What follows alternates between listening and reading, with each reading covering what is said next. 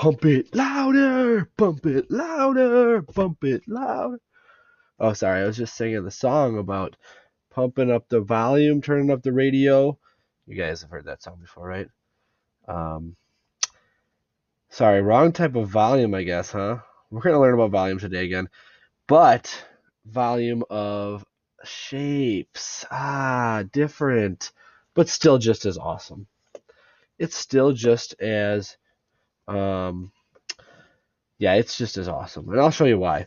But we've been talking about formulas and how easy it is to find the volume of a shape, a 3D shape.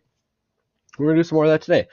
We're on section 26.3, page 232 in your notes book, and our goal is staying the same as it has, to use and find volume of cylinders, cones, and spheres. So number 13, let's get right into it.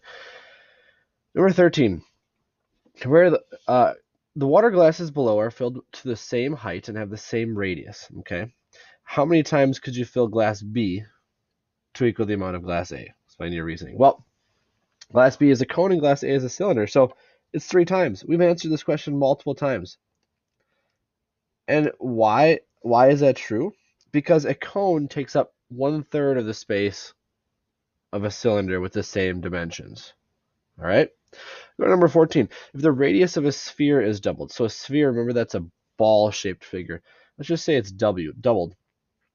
How does the volume change? Support your answer by finding the volume of a sphere with the radius of 2a comparing to a sphere with radius of a. Let's just use an actual number. Let's just say we have a radius of 4 and we double it. We have a radius of 8. So that's 2 different examples. I'm going to actually write it here. Radius of 4, radius of 8. Get rid of that there. So the formula for a volume of a sphere is 4/3 pi radius cubed. So let's just say the radius is 4. We would do 4/3 pi times 4 cubed. Let's double the radius, and we're trying to see if the volume doubles as well, or if it's a different change. So this would be volume is 4/3 pi times 8 cubed. So let's actually do some math here. We're going to leave it in terms of pi. So we're going to leave the pi there, so we just have a number in front of pi. Let's do 4 cubed. I've got my calculator in front of me. 4 cubed is 4 times 4 times 4. That's 64. If you multiply by 4/3, or multiply by 4 and then divide by 3 would be the same thing. You get about 88 1/3, or 85 1/3 pi. Whoop. Now let's do it with 8. 8 cubed. 8 times 8 times 8, or 8 cubed, is 512, so it's a lot bigger. Times 4/3, I got 682.6, or in 2/3, let's say 2/3, times pi. That is a lot bigger. If I divide it out to figure out exactly how many times bigger it is,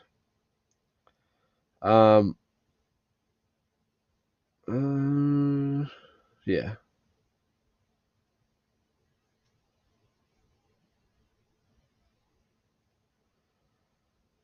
It's 8 times bigger. 8 times bigger. 8 times bigger? That is crazy. That is 8 times more volume. Why would that be? Where's that coming from? And it's not just because we have one of the radiuses of 8. That doesn't have anything to do with how many times bigger it is, but it's still 8 times bigger. 8 times the size. So the reasoning actually is that since volume is cubed, if you are doubling your shape, it's 2 times bigger. So 2 times bigger. And since volume is cubic, we actually have to cube that, and guess what? 2 cubed is 2 times 2 times 2 is 8. So it's actually the volume is going to be 8 times bigger. So that's one interesting, unique connection between finding the volume of shapes based on how many times bigger they are with the dimensions. Let's go to number 15. Look at a sphere and a cylinder here. It says explain what pi r squared and h represent in terms of the cylinder. So that's the first question. So the first question, what do pi r squared, excuse me, and the h represent? So pi r squared is the big B, which is the area of the base. H is the height.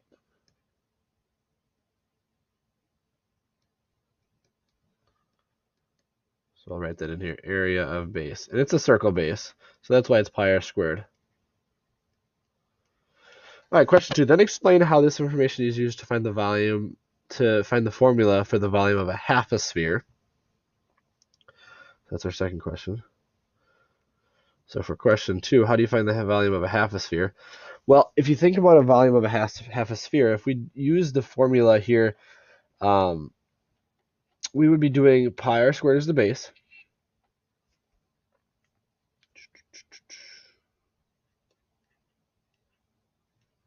Times the height, which if this is r, this is also r.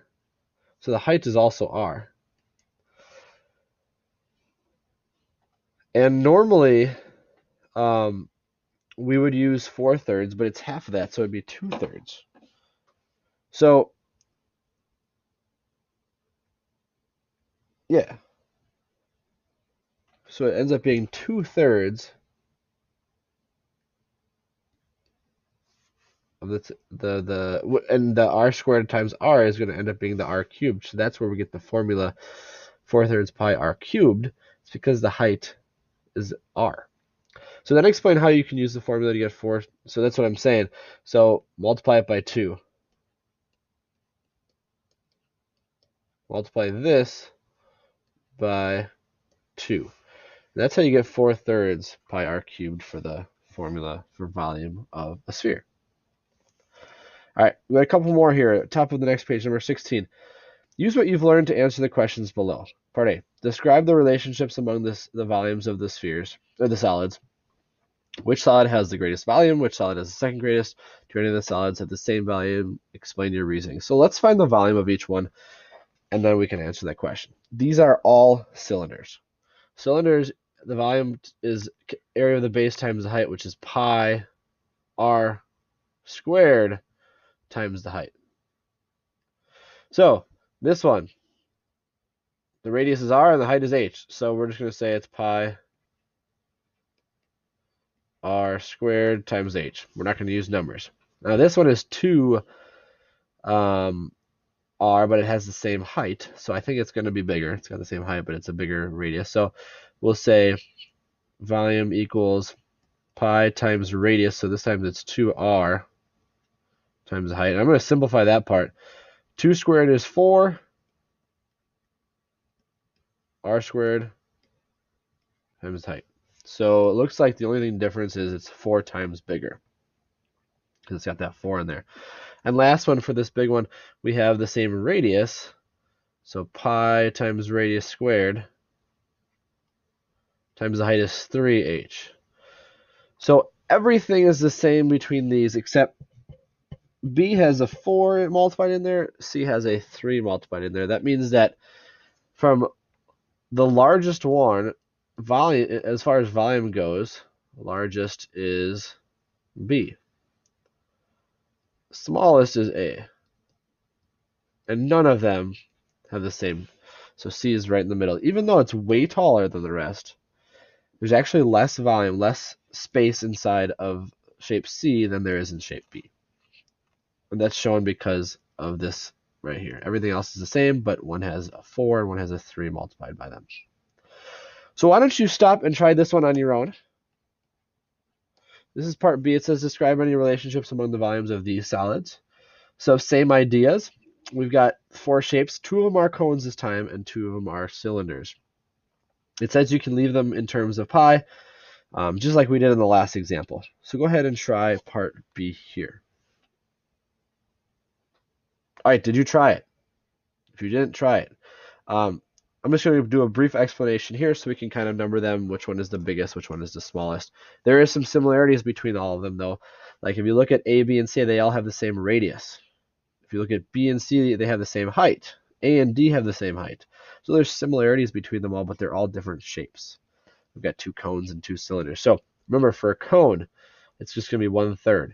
So for this one, volume is pi times the radius is just r, radius squared times the height. So there's my volume. This one, 1/3 pi radius squared, and then the height is 3h.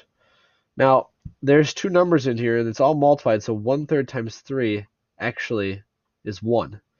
So those kind of cancel each other out there, and you get pi r squared times the height. So we have the same volume here in these 2 shapes, even though one's a cone because it's 3 times taller.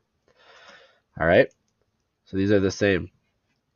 Let's look at the next cylinder. We got volume is just pi r squared times the height, so pi r squared times 3h. And if you want to put that 3 all the way in front, you can say 3 pi r squared h. That's kind of a more simplified way to write it. And then the last one, it's a cone, so we're going to do 1/3 pi r squared times the height. Pi. Now the radius squared is 3r, and we're going to do times the height. So let's distribute this part here. 3 squared is 9, and r squared there. So these are all multiplied together. We can take 1/3 and multiply it by the 9. So this is going to end up equaling 1/3 times 9 is 3. We got pi. We still got radius squared. And we got the height. So this actually ends up equaling the same as d as well. So in this case, these 2 are equal. These 2 are equal as far as volume goes. So there you go. You can compare volumes. You can look at, you don't even have to have the numbers, but you can compare them just by simplifying what you do have. So that's the last example we're doing here, comparing volumes of cylinders, spheres, cones, etc. Now go ahead and practice that on our next practice lesson or practice page, and make sure if you do have questions you ask, and you can refer back to your notes to help. We'll see you next time.